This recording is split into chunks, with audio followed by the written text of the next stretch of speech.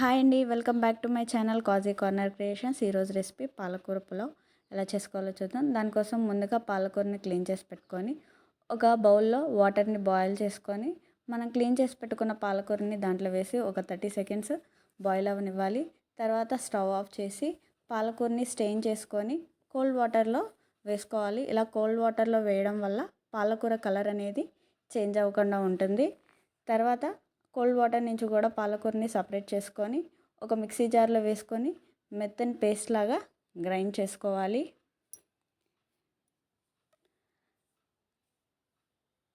ఈ విధంగా మెత్తని పేస్ట్ లాగా గ్రైండ్ చేసుకున్న తర్వాత పక్కన పెట్టుకొని ఒక కడాయిలో ఆయిల్ హీట్ చేసుకొని దాంట్లో బే లీఫ్ అలాగే బిర్యానీ స్పైసెస్ అన్నీ వేసి బాగా ఫ్రై చేసుకోవాలి.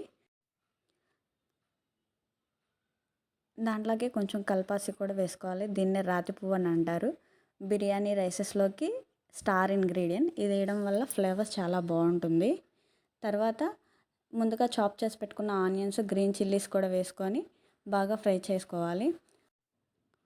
ఆనియన్స్ బాగా ఫ్రై అయిన తర్వాత ఒక స్పూన్ జింజర్ గార్లిక్ పేస్ట్ వేసి పచ్చివాసన పోయేంత వరకు ఫ్రై చేసుకొని తర్వాత కొత్తిమీర, పుదీనా కూడా వేసి ఫ్రై చేసుకోవాలి. అది కూడా ఫ్రై అయిన తర్వాత మనం ముందుగా గ్రైండ్ చేసి పెట్టుకున్న పాలకూర పేస్ట్ని కూడా వేసి పచ్చివాసన పోయేంత వరకు మీడియం ఫ్లేమ్లో పెట్టుకొని ఫ్రై చేసుకోవాలి. లేకపోతే పాలకూర త్వరగా మాడిపోతుంది. అది కూడా ఫ్రై అయిన తర్వాత మనం ముందుగా నానబెట్టుకున్న బియ్యాన్ని వేసి బియ్యంలోని చెమ్మ పోయేంత వరకు ఫ్రై చేసుకోవాలి.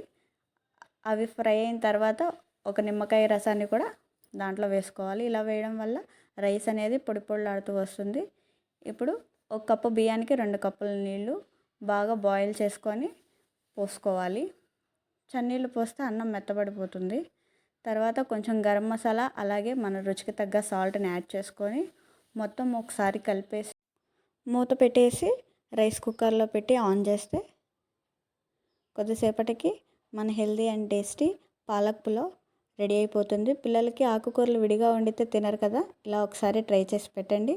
తప్పకుండా ఇష్టంగా తింటారు. మీకు కనుక ఈ రెసిపీ నచ్చినట్లయితే ప్లీజ్ లైక్ చేసి షేర్ చేయండి. థ్యాంక్స్.